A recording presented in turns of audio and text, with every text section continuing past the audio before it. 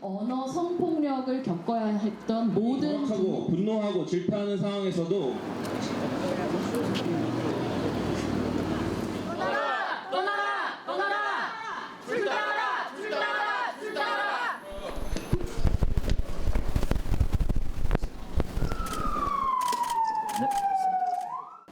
저는 대단한 페미니스트도 정치 혐오자도 정치 애호자도 아닙니다.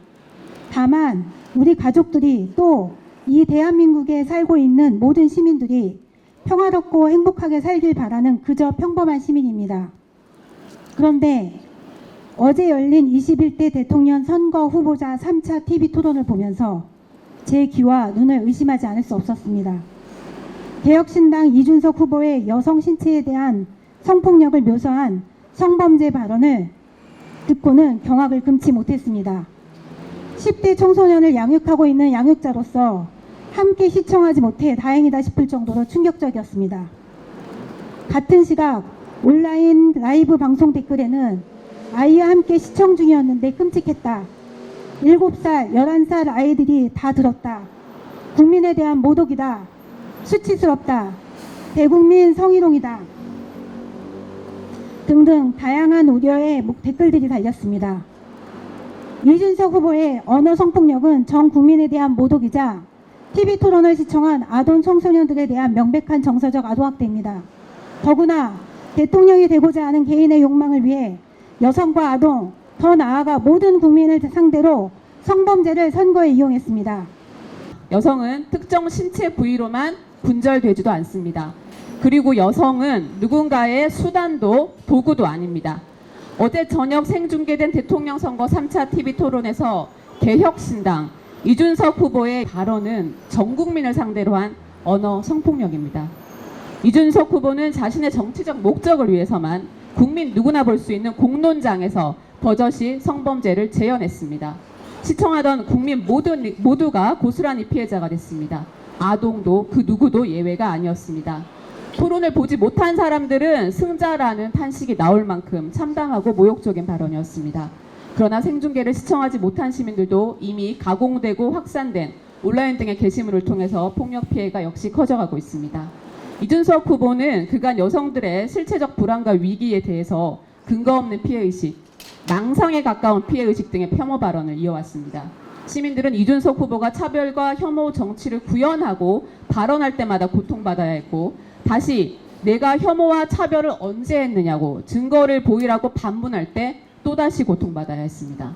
이번에는 대통령 후보 검증을 위한 생중계 방송 토론에서 오롯이 상대 후보를 공격하기 위한 수단으로 여성을 도구화하고 온라인상에서 여성 혐오와 비하를 위해 공공연히 행해진 신체 분절적 표현을 수단화했습니다.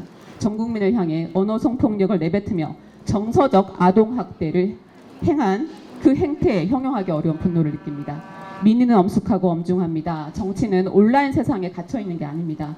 자신의 발언을 반성하기보다 최대한 정제한 표현이라고 재차 두둔하고 이를 비판하는 시민들을 향해 맞고소 운운하는 정치인, 안타깝게도 개혁신당이라는 공당을 대표하는 대통령 후보이자 아동, 청소년, 여성, 장애인, 노인 모든 구성원을 대변해야 할 국회의원입니다. 학벌이 최대 업적이요 방송을 통해 인지도를 높이고 온라인상 혐오 선동으로 영향력을 키워온 이준석이라는 정치인의 실체를 확인하는 계기는 숱했습니다. 부단한 공동체의 대안을 만들어간 정치가 아니라 특정 유권자, 구체적으로는 장애인, 여성, 노인 등의 권리를 빼앗아야 한다고 그 권리는 비용이요 이들을 제외한 존재들의 몫을 위협한다고 부르짖어온 정치였습니다. 정치권과 시민들께도 요청드립니다. 내란 종식, 민주주의 회복을 원하는 마음은 충분히 이해하지만 이준석 후보의 발언이 의도하는 바를 표로 계산하는 정치공학적 시각, 발언의 출처 여부만을 파고들거나 아예 관심 두지 않겠다는 마음 대신에 의도가 무엇이든 그 발언 자체가 폭력이라는 점, 우리 사회의 안전망을 깨트리고 지금까지 구축해온 법, 제도, 통념적 울타리를 부수는 것임을 이는 절대 용인돼서는 안 되는 것임을 분노하는 시민이 더 많다는 것을 보여주시기 바랍니다. 이준석 씨가 꼭 실제적 심판을 받는 길에 동참 부탁드립니다. 감사합니다.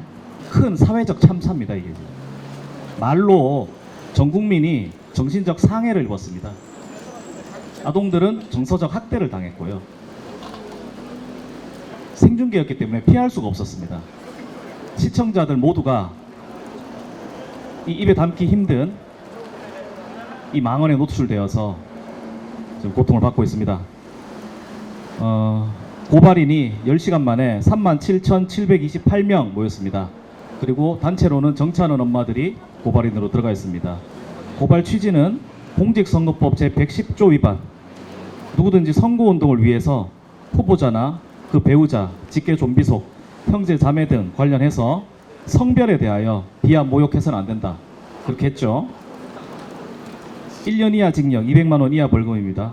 두 번째로 정보통신망법 제44조의 7 위반, 불법 정보, 음란한 내용의 정보를 방송을 통해서 전국적으로 생중계되게끔 한 고의범이죠.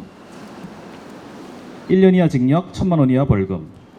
아동복지법, 이게 제일 걱정되고 가장 충격입니다. 가족들이 다 같이 봤습니다. 18세 미만 아동이라고 하는데요. 온 가족이 둘러앉은 자리에서 그 얘기를 들었습니다. 이준석 씨로부터.